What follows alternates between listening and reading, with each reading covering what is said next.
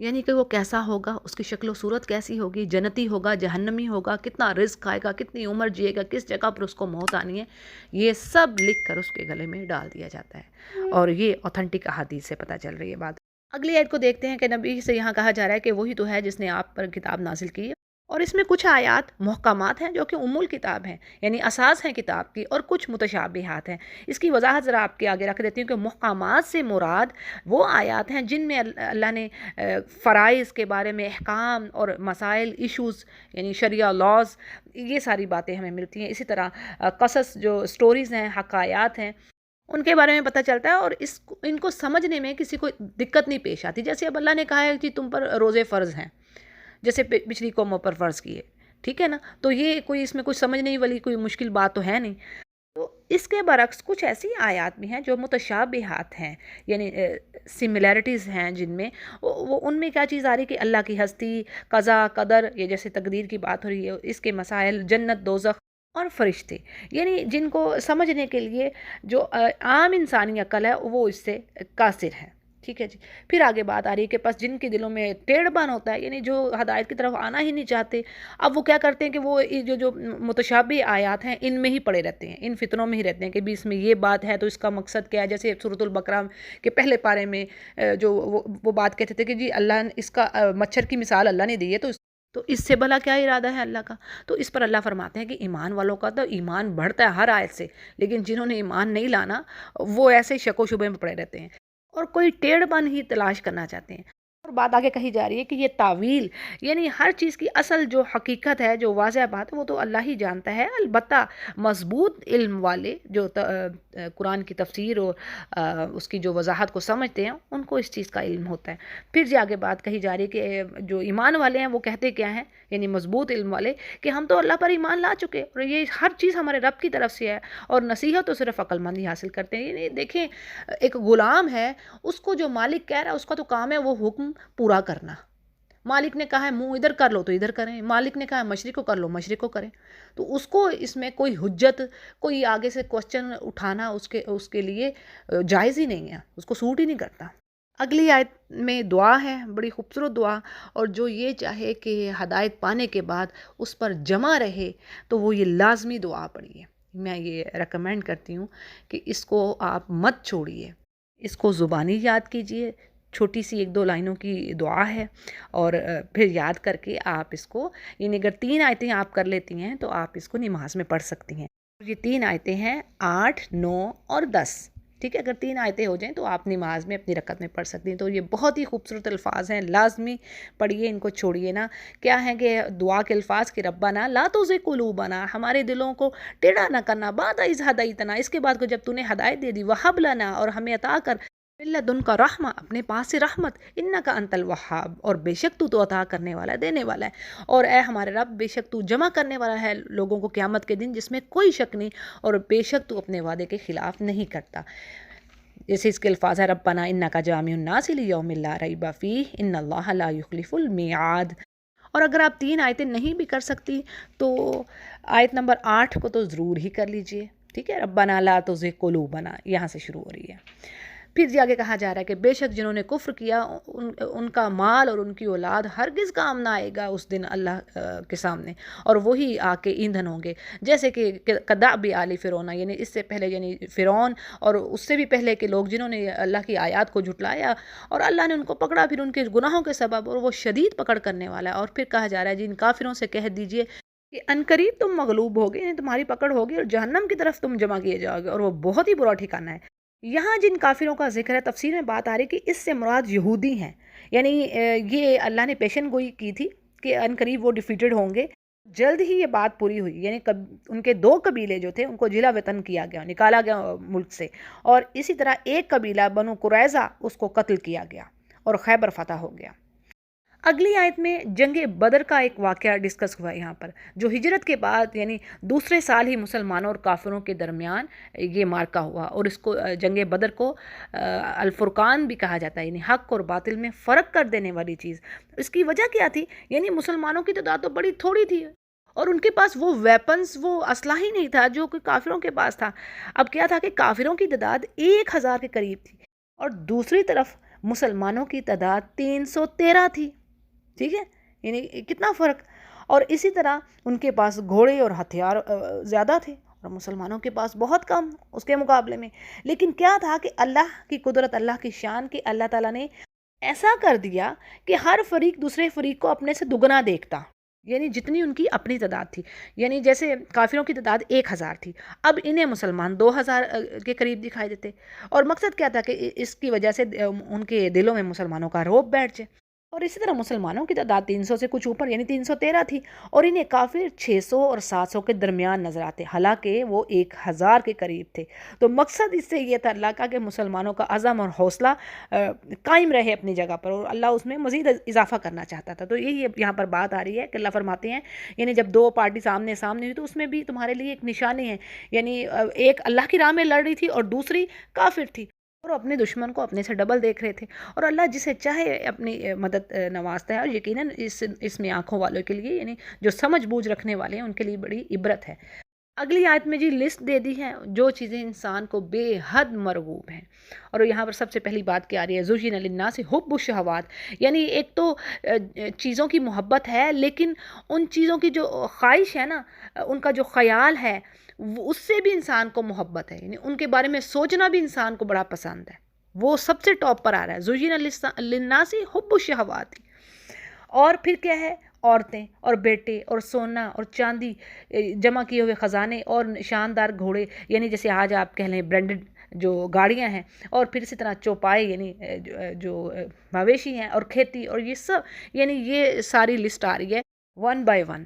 تو یہ ہے انسان کی پسندیدہ چاہتے دنیا میں. اور اللہ فرما رہا ہے یہ تو دنیا کا سامان ہے، اور لوٹنے کا جو اچھا ٹھکانہ ہے وہ تو اللہ ہی کے پاس ہے. اور آپ کہہ دیجئے نبی کہ میں تمہیں اس سے بہتر چیز بتاؤں کہ تقوی والوں کے لیے اللہ کے پاس جنتیں ہیں جن کے نیچے نہریں بہہ رہی ہیں، اور جن میں وہ ہمیشہ رہیں گے، اور پاکیزہ بیویاں یعنی پاکیزہ جوڑے ہوں گے. اور اس سے بڑھ کر کیا، اللہ کی رضامندی، اللہ کا پلیئر. تو اللہ تعالیٰ اپنے بندوں پر نظر رکھے ہوئے ہیں. پھر جی ایمان والوں کی دعا آگے آ رہی ہے کہ کیا وہ کہتے ہیں کہ اے ہمارے رب، بے شک ہم تجھ پر ایمان لائے، ہمارے تو گناہوں کو بخش دے اور ہمیں آگ کے عذاب سے بچا. اس دعا کو بھی گناہوں کی مغفرت کے لیے اور یعنی عذاب سے بچنے کے لیے لازمی پڑھا جانا چاہیے. اس کو بھی یاد کریں. آیت نمبر 16 ہے.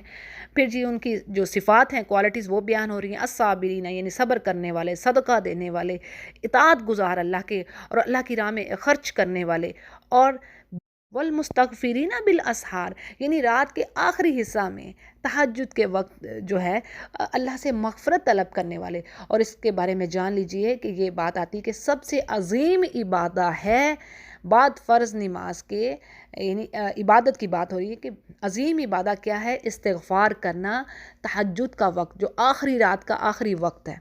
ٹھیک ہے، یہ ایک جگہ پر بات نہیں، کئی جگہوں پر سورہ زاریات میں بھی اللہ نے فرما دی ہے. یعنی یہ کوالٹی ہے صالحین کی، یہ شیوہ ہے، طریقہ کار ہے کہ وہ اس وقت میں اٹھ کر اپنی مغفرت کرواتے ہیں، بخشش طلب کرتے ہیں. تو یہ چیز مت بھولیے. ٹھیک ہے، یعنی نوافل ادا کیے، اس کے بعد استغفار کو لازم پکڑیے. جی اگلی آیت میں بات آ رہی ہے کہ اللہ، فرشتے اور اہل علم اس بات کی گواہی دیتے ہیں کہ اللہ کے سوا کوئی معبود نہیں، یعنی ان کا تو ایمان ہے، اور وہ عدل کے ساتھ دنیا کو قائم رکھنے والا ہے، بس وہ غالب اور حکمت والا، اور اس کے سوا کوئی عبادت کے لائق نہیں. اور بے شک اللہ کے نزدیک دین اسلام ہی اصل دین ہے.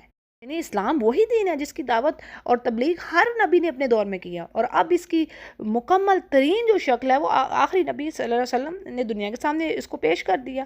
یعنی یہ وہی چیز ہے جو اللہ نے پہلے نبی کو بتائی اور چلتی آ رہی ہے.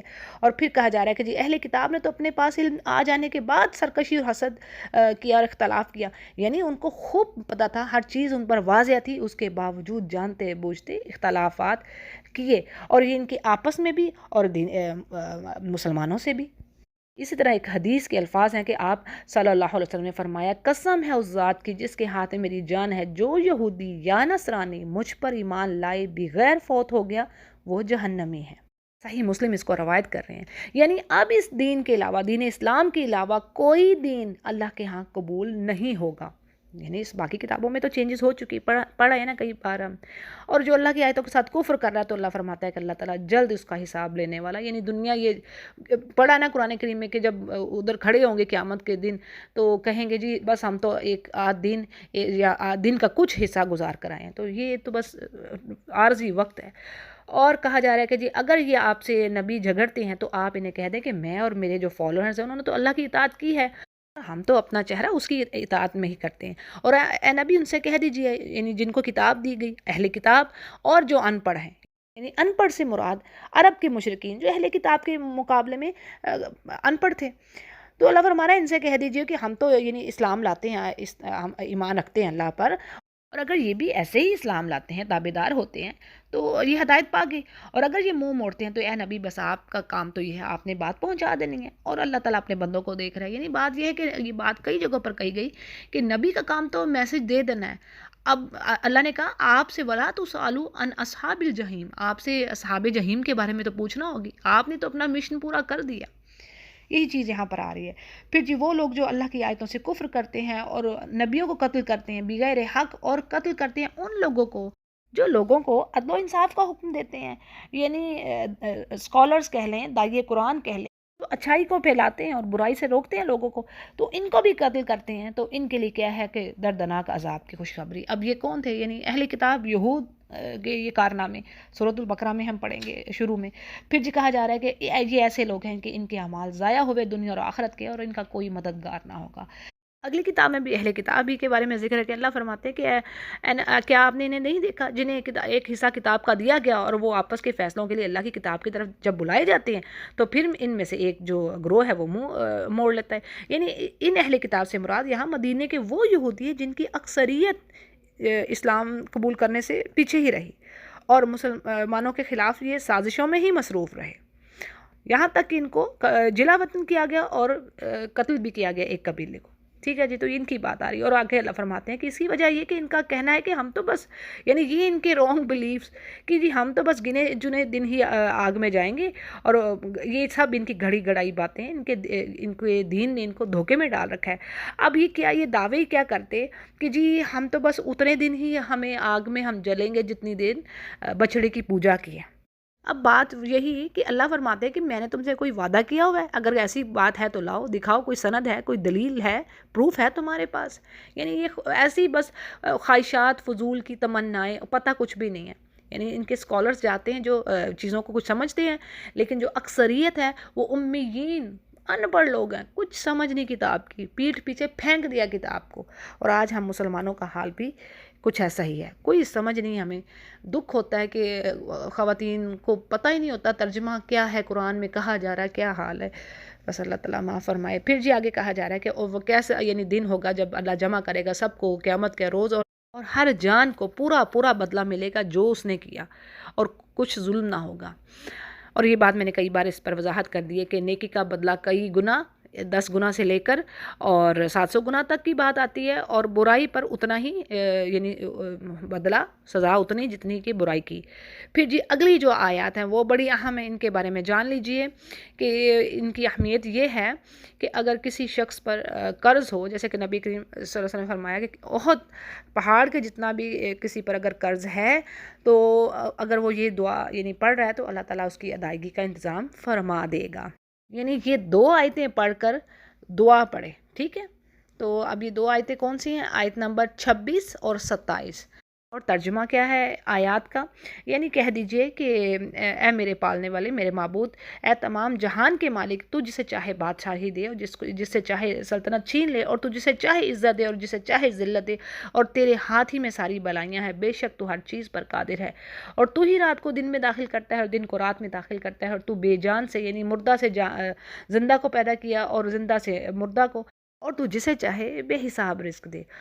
تو جی اس کے بعد دعا پڑھیں، یعنی یہ 2 آیتیں پڑھنے کے بعد دعا کے الفاظ میں آپ کے آگے رکھ دیتی ہوں تاکہ آپ سن لیں کس طرح پڑھنا ہے۔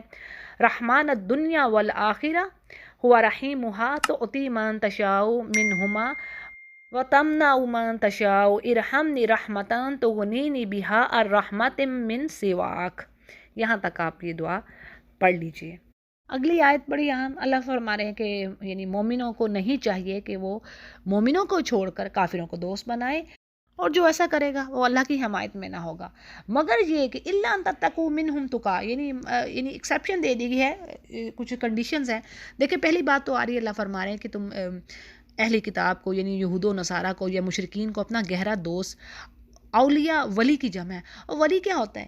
یعنی سچا دوست، غم گسار، آپ کا دکھ درد بانٹنے والا، جس کو آپ اپنی سیکرٹس دیتی ہیں. ٹھیک ہے.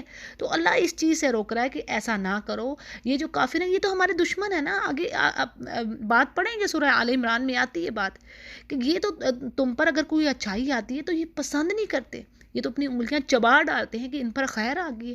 اور یہ ظاہر تو کراتے ہیں کہ ہم تمہارے ساتھ ہیں، لیکن اندر سے ان کے دلوں میں جلن اور حسد اور نفرت ہے تمہارے اگینسٹ. اور ایمان والے تو ایمان رکھتے ہیں ان کی کتابوں پر بھی اور ان سے بھی محبت رکھتے ہیں، لیکن یہ نہیں رکھتے. یہ آیات کا میں ترجمہ پڑھ رہی ہوں سورہ آل عمران ہی میں. تو بات یہ ہے کہ اچھا اخلاق اور اچھا رویہ رکھنا ہے، پریچ کرنا ہے، اللہ کی بات کو آگے پھیلانا ہے، لیکن ان سے گہری دوستیاں. اور پھر ہوتا کیا ہے کہ دیکھیں انسان وہی کام کر رہا ہوتا ہے جو اس کا دوست کر رہا ہے. دیکھیں نا حدیث میں کیا بات آتی ہے کہ انسان اپنے دوست کے دین پر ہے. یعنی آپ چاہے ایمان والے ہوں لیکن اس کے باوجود بھی جب آپ ان میں اٹھتے بیٹھتے ہیں، ملتے جلتے ہیں، تو آپ انہی کے رنگ میں پھر رنگتے ہیں. آپ کو پتہ بھی نہیں چل رہا ہوتا کس طرح آپ انہی کی چیزوں کو پسند کر رہے ہوتے ہیں. تو اللہ تعالیٰ ہمیں ایسے فتنے سے بھی بچائے. اب اجازت دی گئی ہے کس صورت میں؟ یعنی اللہ فرما رہے ہیں کہ ان مسلمانوں کے لیے جو کافر حکومت میں رہتے ہیں اور وہ ان کو اگر کسی وقت اظہار دوستی کرنا پڑ رہی ہے، یعنی کسی کے شر سے وہ بچنا چاہتے ہیں اور ظاہری طور پر وہ دوستی کا اظہار کر رہے ہیں، تو ان کے لیے یہ ایکسیپشن ہے، یعنی ان کو اجازت دی گئی. اور یہ بھی بات ہمیں ملتی ہے کہ کافروں کے ملک میں بلا وجہ جا کے رہنا بھی نہیں چاہیے، تو حدیث سے ثابت ہے.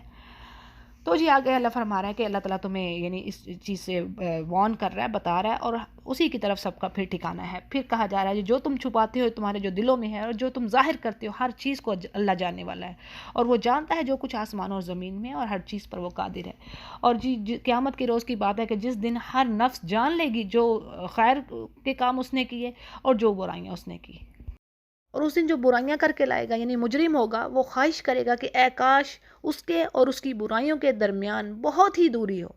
تو اللہ فرما رہے کہ اللہ تمہیں اپنی ذات سے ڈرا رہا ہے اور اللہ اپنے بندوں پر بڑا ہی مہربان ہے. یعنی اللہ اتنے گناہوں پر تو چھوڑ رہا ہے، جیسے پیچھے پڑھ لیا وَيَعْفُو عَن كَثِيرٍ، یعنی ایسے کثیر گناہ ہیں جو اللہ جن پر پکڑ ہی نہیں کرتا، فوری پکڑ بھی نہیں کرتا، یعنی ڈھیل دیتا ہے، چھوڑتا ہے کہ توبہ کی طرف پلٹیں انسان.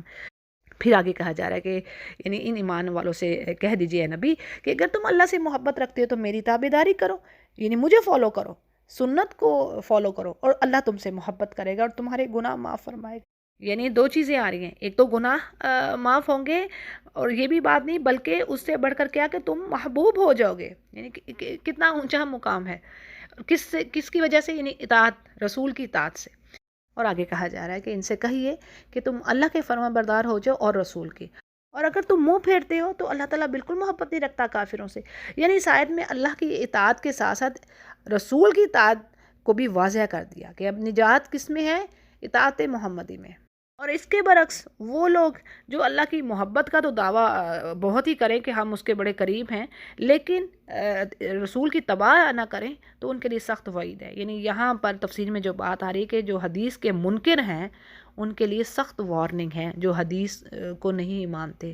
اللہ تعالیٰ معاف فرمائے. یعنی ایمان ہی نہیں ہے پھر جی آگے ان 4 آنر والے اشخاص کا ذکر ہے جن کی نسل کو جن کو اللہ نے یعنی چوز کر لیا پورے جہان والوں پر. اب ان میں کیا بات آ رہی ہے کہ بے شک اللہ فرماتے ہیں کہ اللہ نے چوز کیا آدم علیہ السلام کو، نوح علیہ السلام کو، آل ابراہیم کو، آل عمران کو، علی العالمین، تمام جہان والوں پر. یعنی آدم کی اولاد تمام انسان. پھر اسی طرح نوح علیہ السلام کو بھی آدم انسانی کہا جاتا ہے، کیونکہ جو کشتی میں سوار ہوئے تھے وہی لوگ بچے تھے اور وہ تمام مومن تھے، تو انہی کی نسل آگے چلی، انہی سے انسان پہلے. پھر اسی طرح ابراہیم علیہ السلام کی نسل میں پہ در پہ اللہ نے انبیاء بھیجے، برکہ دی، بہت زیادہ بادشاہت دی، ان کو فضیلت دی، ان میں بڑے بڑے علماء تھے، مکاتب تھے ان کے، یعنی بڑا اللہ تعالیٰ نے ان کو پریفر کیا. جیسے اللہ نے سورۃ البقرہ میں بار بار کہا کہ یا بنی اسرائیل اذکروا، یاد کرو میری نعمت جو تم پر کی. یعنی بہت ساری نعمتیں ہیں اور ان میں ایک فضیلت، یعنی سب پر لیڈر بنا دیا. پھر جی آگے بات آ رہی ہے ذریۃ بعضھا من بعض، یعنی ایک دوسرے کی ہی یہ اولادیں ہیں اور اللہ تعالیٰ سننے والا اور جاننے والا ہے. اب یہاں پر بات آ رہی ہے عمران علیہ السلام کی بیوی کی. کہ جب انہوں نے نظر مانی. اب اس میں آپ ڈیٹیل تھوڑی سی سمجھ لیجئے، ذرا کوئکلی بات کروں گی کہ انبیاء علیہ السلام کے خاندانوں میں 2 عمران ہوئے ہیں. ایک حضرت موسیٰ اور ہارون علیہ السلام کے والد تھے، ان کا نام بھی عمران تھا، اور دوسرا حضرت مریم کے والد کا نام بھی عمران. اور یہاں پر اس آیت میں مفسرین کے نزدیک یہ دوسرے عمران ہے، یعنی مریم علیہ السلام کے والد. ٹھیک ہے، اور اس خاندان کو بھی اللہ نے بلند درجہ دیا عیسیٰ علیہ السلام کی وجہ سے، اور مریم یعنی وہ نیک چنا اللہ نے ان کو، ان کی وجہ سے، یعنی ماں بیٹا کی وجہ سے. اچھا جی، یہاں پر ان کی والدہ کا ذکر ہے مریم علیہ السلام کی، کہ انہوں نے نظر مانی کہ میں اپنے یعنی جو میری اولاد ہوگی اس کو میں وقف کروں گی اے رب تیرے لیے.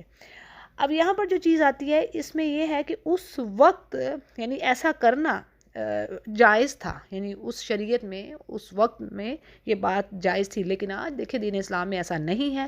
لا رہبانیت فی الاسلام، یعنی دین اسلام میں رہبانیت نہیں. آپ دنیا نہیں بالکل چھوڑ سکتے کہ دنیا چھوڑ کے تو ایک سائڈ پہ درویش اور سادھو بن جائیں، ایسا بالکل نہیں ہے. یعنی الحمدللہ ہمارے سچے اسکالرز ہیں، بہترین اسکالرز ہیں، لوگوں کو اسلام کی طرف بلانے والے. انہوں نے شادیاں کی، ان کی اولاد ہوئی، اور پیچھے انبیاء کے بارے میں بھی ہم نے پڑھ لیا کہ اللہ نے کہا ان کو بھی بیویاں دیں، بچے دیے، وہ بازاروں میں چلتے پھرتے تھے، کھاتے پیتے تھے. ٹھیک ہے. اچھا جی، یہ انہوں نے نظر مانی اور کہنے لگی کہ اللہ تعالیٰ تو سننے والا اور جاننے والا ہے. اور جب بچے کی پیدائش ہوئی تو انہوں نے کہا کہ قالت ربی انی وضعتها انثی، کہ میں نے تو بیٹی کو پیدا کیا ہے. یعنی یہاں پر ایک طرح کی حسرت کا اظہار تھا ان کی طرف، یعنی ان کی امید تھی کہ بیٹا ہوگا، لیکن اس کے برعکس تو بیٹی ہوئی. اب اللہ فرماتے ہیں کہ اللہ خوب جانتا ہی نہیں کیا اس نے پیدا کیا، اور لڑکا تو بالکل بھی لڑکی کے جیسا نہیں ہے. یعنی دیکھیں اولاد تو نعمت ہے ہر حال میں، لیکن بیٹیاں بھی رحمت کا باعث ہیں. حدیث سے ہمیں پتہ چلتا ہے. اور بیٹیوں کو پالنے والا جس نے اچھے طریقے سے اسلام کے مطابق 2 بیٹیوں کو پالا اس کے لیے جنت کی بشارت ہے. جس نے 3 کو پالا اس کے لیے بھی جنت کی. سبحان اللہ. تو یہ کوئی چھوٹی بات تو نہیں ہے. ہاں اللہ تعالیٰ آزماتا ہے بیٹیاں دے کر. ظاہر ہے عورت کی ذمہ داری ہے اس کو اس کی کیئر کرنا، اس کی حفاظت کرنا.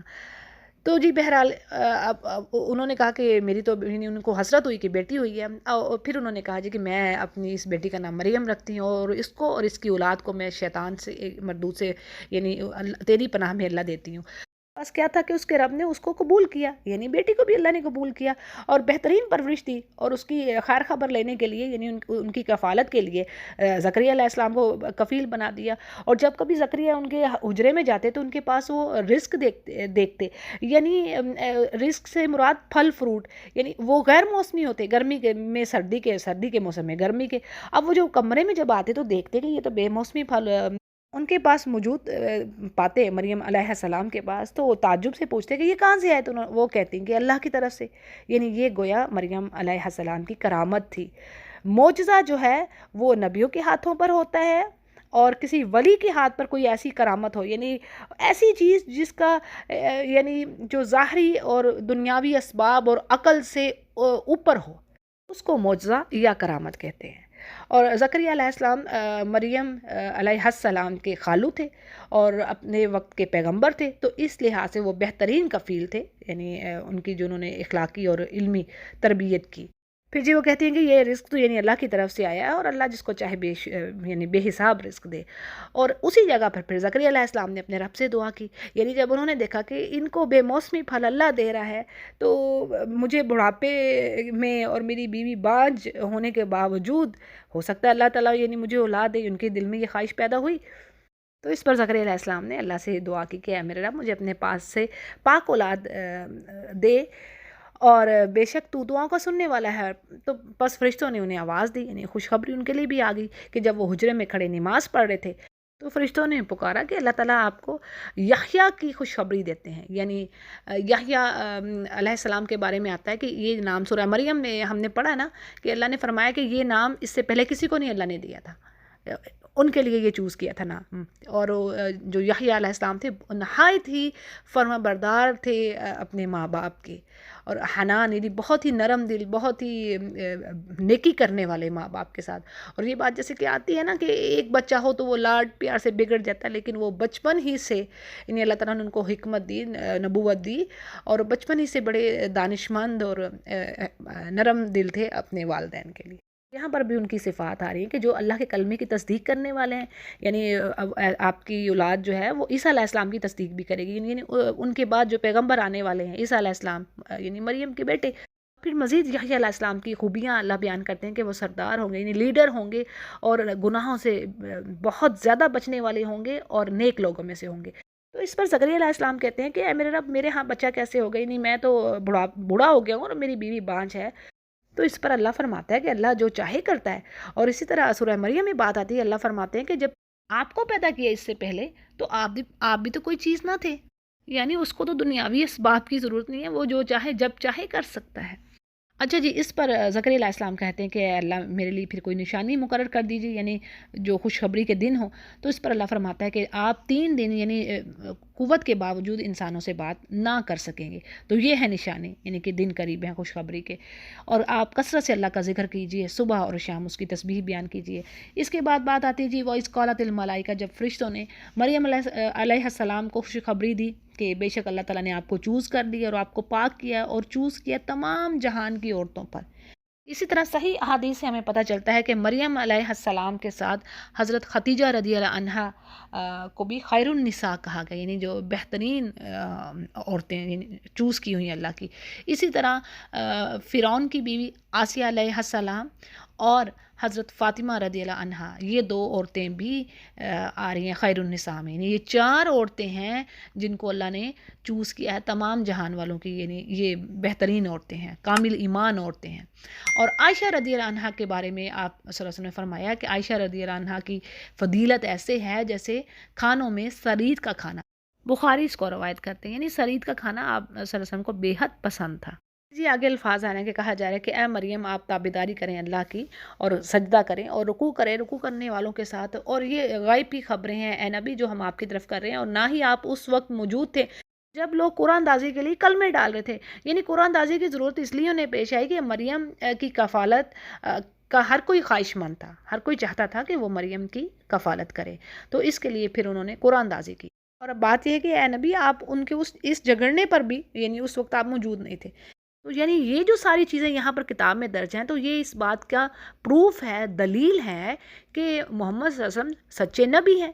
کیونکہ یہ باتیں ان کو کہاں سے پتہ لگیں کہ اس وقت کیا ہو رہا تھا، کون آپس میں وہ قرآن دازی کر رہے تھے. تو یہی تو اللہ کہہ رہے ہیں کہ بھی آپ سچے نبی ہیں، تبھی تو آپ کو یہ باتیں پتہ چل گئیں وحی کے ذریعے، ورنہ کوئی ایسی تو بات نہیں کر سکتا. تو یہ دلیل ہے آپ کے نبی ہونے کی.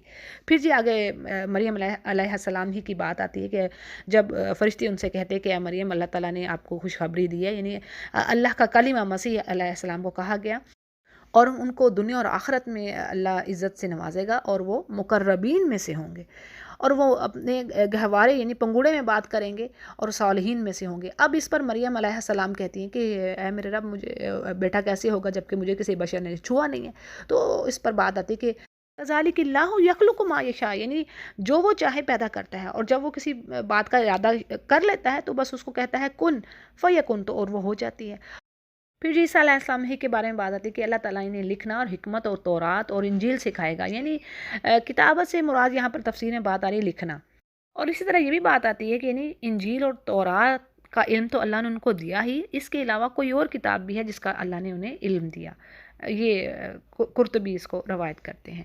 اور بنی اسرائیل کی طرف انہیں رسول بنا کر بھیجا گیا، اور وہاں پر وہ کہتے ہیں کہ میں تمہارے پاس تمہارے رب کی طرف سے نشانی لایا ہوں، یعنی معجزات ہیں، اور میں تمہارے لیے پرندے کی شکل کی طرح کا ایک یعنی مٹی کا پرندہ بناتا ہوں، پھر اس میں پھونک مارتا ہوں تو وہ اللہ کے اذن سے زندہ یعنی پرندہ بن جاتا ہے، اور اللہ کے حکم سے میں جو پیدائشی اندھا ہے اس کو ٹھیک کرتا ہوں، کوڑی کو ٹھیک کرتا ہوں، اور مردے کو زندہ کرتا ہوں، اور جو کچھ تم کھا کر آتی ہو اپنے گھروں سے اور جو گھروں میں ذخیرہ کرتی ہو وہ سب تمہیں بتائی دیتا ہوں، اور اس میں تمہارے لیے بڑی نشانی ہے اگر تم ایمان رکھنے والے ہو. یعنی یہ تمام معجزات جو عیسیٰ علیہ السلام کو ملے، مردے کو زندہ کرنا، پرندے پھونک مارنا، مٹی کا پرندہ بنا کر وہ زندہ ہو جانا، پھر کوڑی کو ٹھیک کرنا، یہ سارے معجزات تھے. لیکن ساتھ تائید کس کی تھی، مدد کس کی تھی؟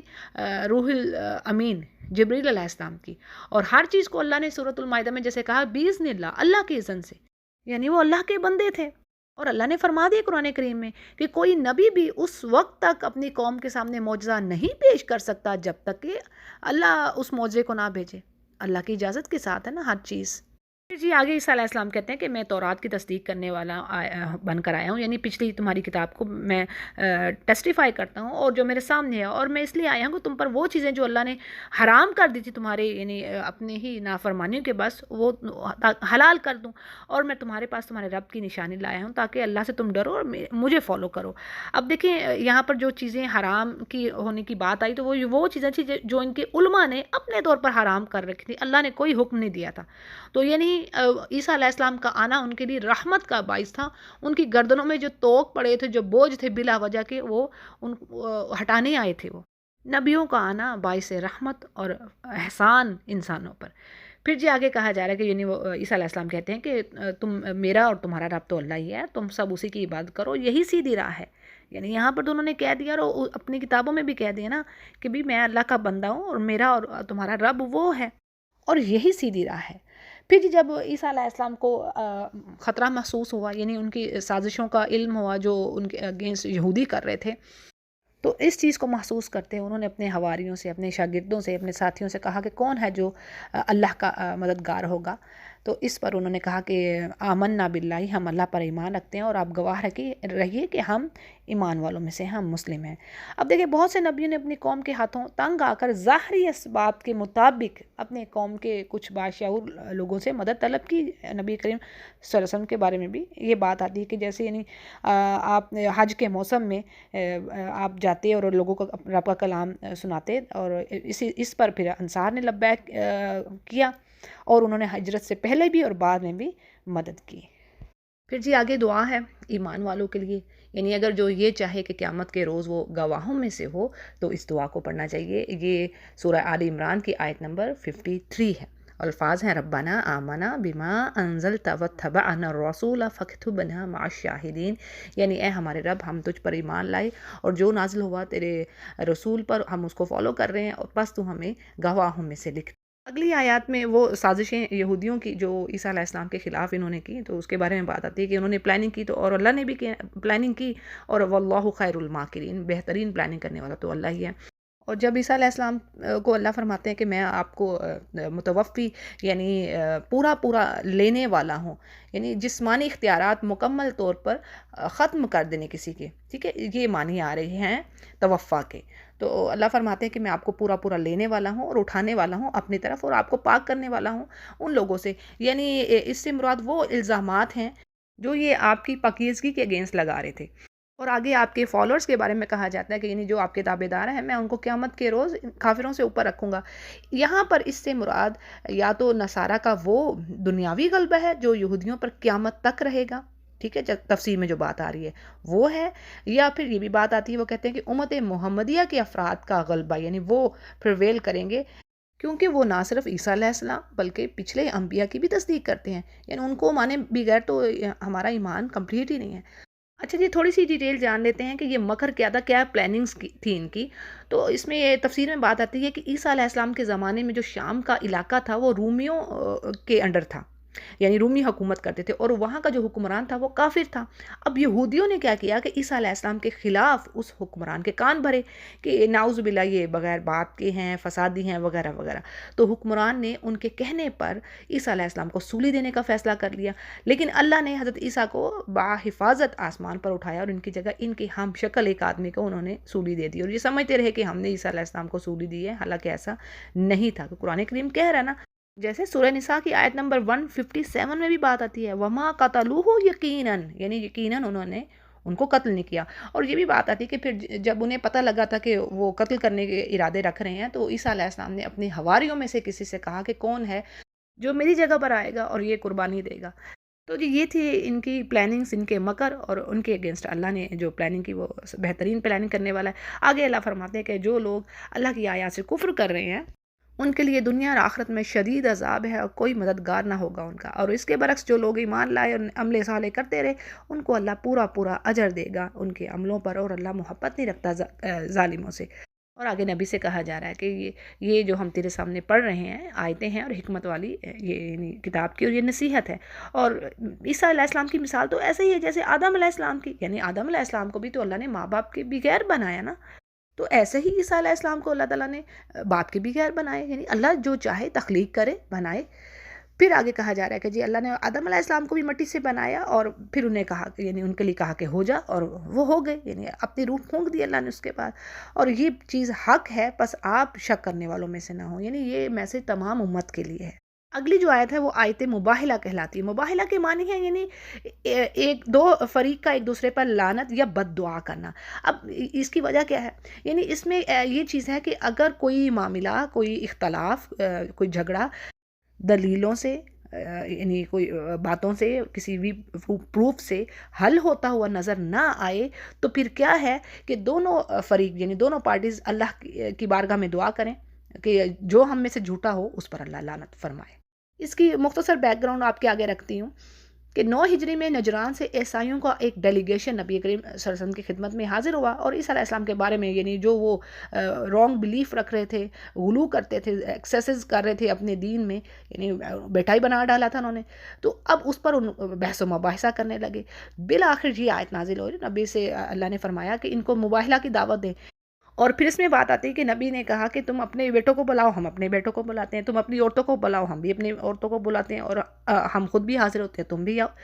یعنی ہم سب اپنے اہل خانہ کے ساتھ، اپنے پیاروں کے ساتھ جمع ہوتے ہیں، اور پھر ہم اللہ کے سامنے عاجزی کے ساتھ التجا کریں اور جھوٹوں پر اللہ لعنت ڈالے.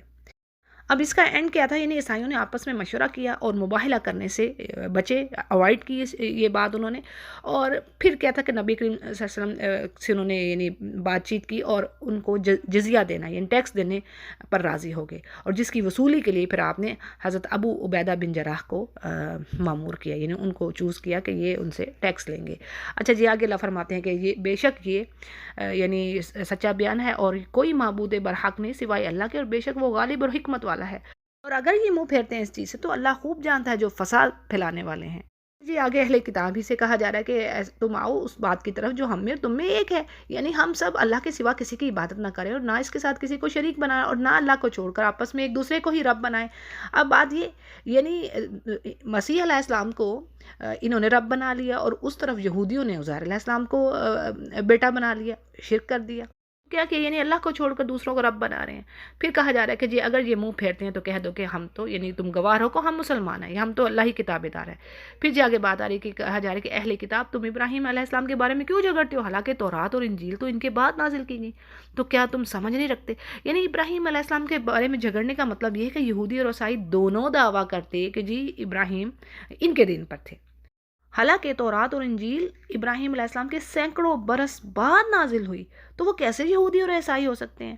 یعنی ابراہیم اور موسیٰ علیہ السلام کے درمیان 1000 سال کا، اور ابراہیم اور عیسیٰ علیہ السلام کے درمیان 2000 سال کا فاصلہ ہے. تو یہ عقل کی بات تو لگتی نہیں ہے.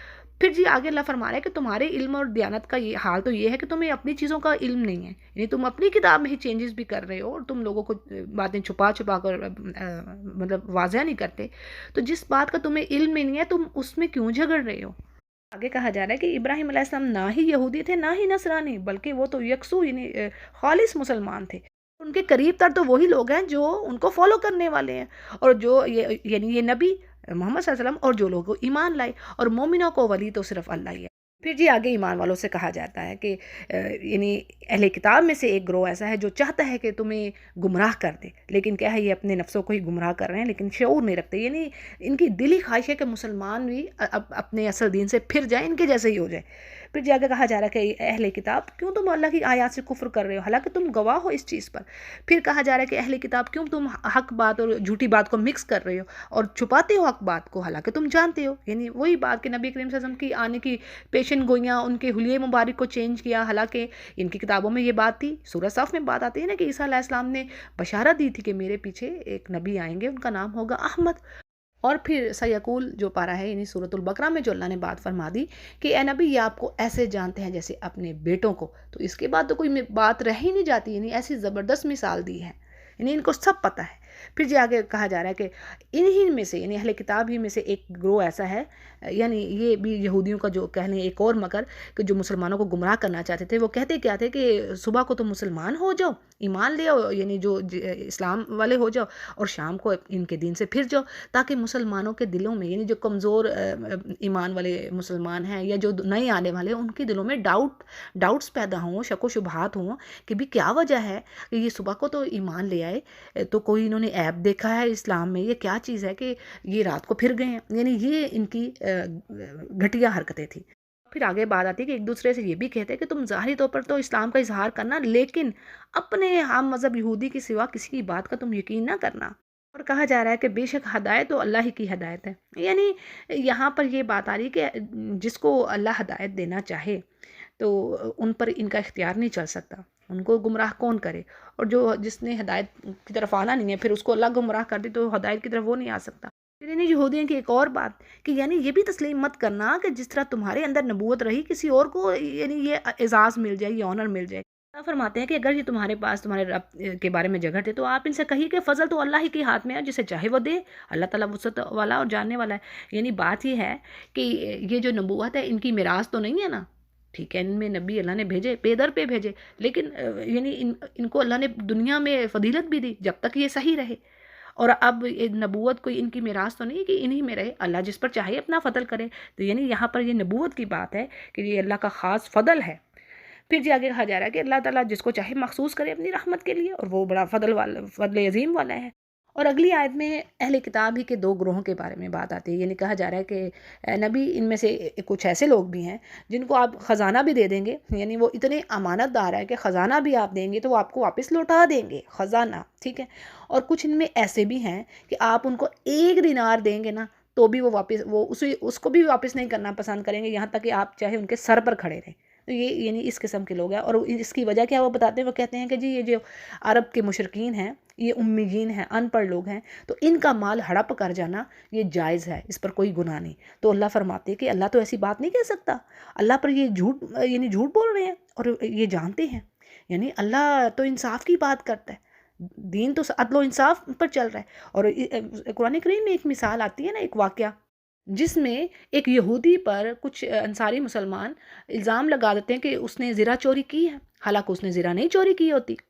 اب نبی کریم صلی اللہ علیہ وسلم یعنی جو ظاہری جو باتیں ہیں، جو پروف دے کے انہوں نے فیصلہ مسلمان کے حق میں کر دیا کیونکہ انہیں علم نہیں تھا، لیکن کیا تھا کہ اللہ نے وحی کی، سبحان اللہ، کہ یہ جو مسلمان ہیں یہ جھوٹے ہیں، انہوں نے چوری کی ہے، اور الزام اس پر لگ گیا، اور جیسے ہی پھر آیات اتری تو آپ صلی اللہ علیہ وسلم نے یہودی کو بری کیا۔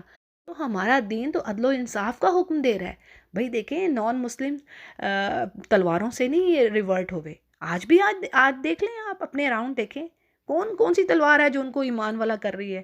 اب لوگ ویسٹ میں دیکھیں کیسے ایمان لا رہے ہیں، مسلمان ہو رہے ہیں، تو یہ دین اسلام کی خوبصورتی ہے۔ پھر جی آگے بات آتی ہے کہ بلکہ جس نے اللہ کے عہد کو پورا کیا اور تقوی اختیار کیا تو بے شک اللہ متقین سے محبت رکھتا ہے، اور وہ لوگ جو اللہ کے وعدوں کو، اللہ کے عہد کو توڑتے ہیں اور اللہ کی آیات کو تھوڑی سی قیمت کے بدلے بیچ ڈالتے ہیں، تو یہ لوگ یعنی ان کی آگے سزا کیا ہے، 2-3 چیزیں آ رہی ہیں۔ اب دیکھیں یہ جو پہلا پارہ ہے وہ بھرا پڑا ہی بار بار انہی چیزوں سے کہ اللہ کی کتاب میں یہ کس طرح چینجز کرتے ہیں، اپنے ہاتھ سے کتاب کو لکھ دیتے اور کہتے ہیں یہ اللہ کی طرف سے ہے، اور بیچ ڈالتے اللہ کی آیات کو، تو یعنی یہودی یہ کام کرے۔ تو اب ان کے لیے کیا ہے، اللہ کہتے ہیں کہ آخرت میں کوئی حصہ نہیں ہے، اللہ نہ ان سے کلام کرے گا یوم القیامہ، نہ ہی ان کی طرف نظر کرے گا، اور نہ ہی ان کو پاک کرے گا، اور ان کے لیے دردناک عذاب ہے۔ اسی سے ریلیٹڈ ایک حدیث ہے کہ آپ صلی اللہ علیہ وسلم نے فرمایا کہ 3 آدمیوں سے اللہ تعالیٰ نہ کلام کرے گا، نہ ان کی طرف دیکھے گا، نہ ہی انہیں پاک کرے گا، یعنی قیامت کے روز، اور ان کے لیے دردناک عذاب ہوگا۔ اور ان میں سے ایک وہ شخص بھی ہے جو جھوٹی قسمیں کھا کر اپنا سودا بیچتا ہو، صحیح مسلم اس کو روایت کرتے ہیں، یعنی جھوٹی قسمیں کھانا اور سودا بک جائے، اور یا لوگوں کا مال ہڑپ کر جانا، کئی گناہوں میں بات آ رہی ہے۔ پھر جی آگے انہی کے بارے میں ذکر ہے کہ ان میں سے کچھ ایسے لوگ بھی ہیں، یعنی گروہ ہے کہ جو اپنی زبانوں کو موڑ کر یعنی کہتے ہیں کہ یہ کتاب میں سے ہے، اور لوگوں کو یہ ظاہر کرواتے ہیں، حالانکہ وہ کتاب میں سے نہیں ہوتا، یعنی وہ بات لکھی نہیں ہوتی کتاب میں، اور کہتے ہیں کہ اللہ کی طرف سے، اور وہ اللہ کی طرف سے ہوتی نہیں ہے، اور اللہ پر یہ جھوٹ بولتے ہیں، اور یہ سب جانتے ہیں۔ پھر جی آگے کہا جا رہا ہے کہ کسی بشر کے لیے یہ بات یعنی سوٹ ہی نہیں کرتی، جائز ہی نہیں ہے کہ اللہ اس کو کتاب اور حکمہ دے، نبوت دے، اور پھر وہ لوگوں سے کہے کہ تم میرے بندے بن جاؤ اللہ کو چھوڑ کر، بلکہ وہ جو سچا نبی ہوتا ہے، سچے جو عالم ہیں، وہ تو اللہ کے ساتھ جوڑنے والے ہوتے ہیں لوگوں کو۔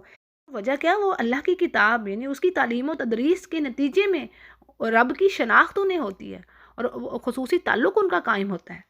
ایسا بھی نہیں ہو سکتا کہ اللہ تمہیں ان فرشتوں اور نبیوں کو رب بنا لینے کا حکم دے جو کہ اس کے بندے ہیں، اور کیا وہ تمہارے مسلمان ہونے کے بعد تمہیں کفر کا حکم دے گا؟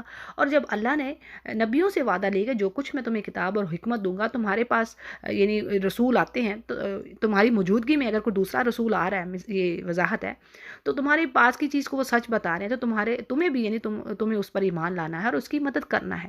یعنی یہاں پر جو ہر نبی سے وعدہ لیا گیا اس کی بات ہو رہی کہ اگر اس کی زندگی میں، اس کے دور نبوت میں اگر دوسرا نبی بھی آ جاتا ہے تو اس کا کام یہ ہے کہ اس پر ایمان لائے اور اس کی مدد کرے۔ بعض مفسرین کہتے ہیں کہ اس سے مراد یہ بھی ہے کہ تمام نبیوں سے یہ وعدہ لیا گیا کہ اگر محمد صلی اللہ علیہ وسلم تمہارے دور میں آ گئے تو تم اپنی نبوت ختم کر کے تمہیں ان پر ایمان لانا ہوگا۔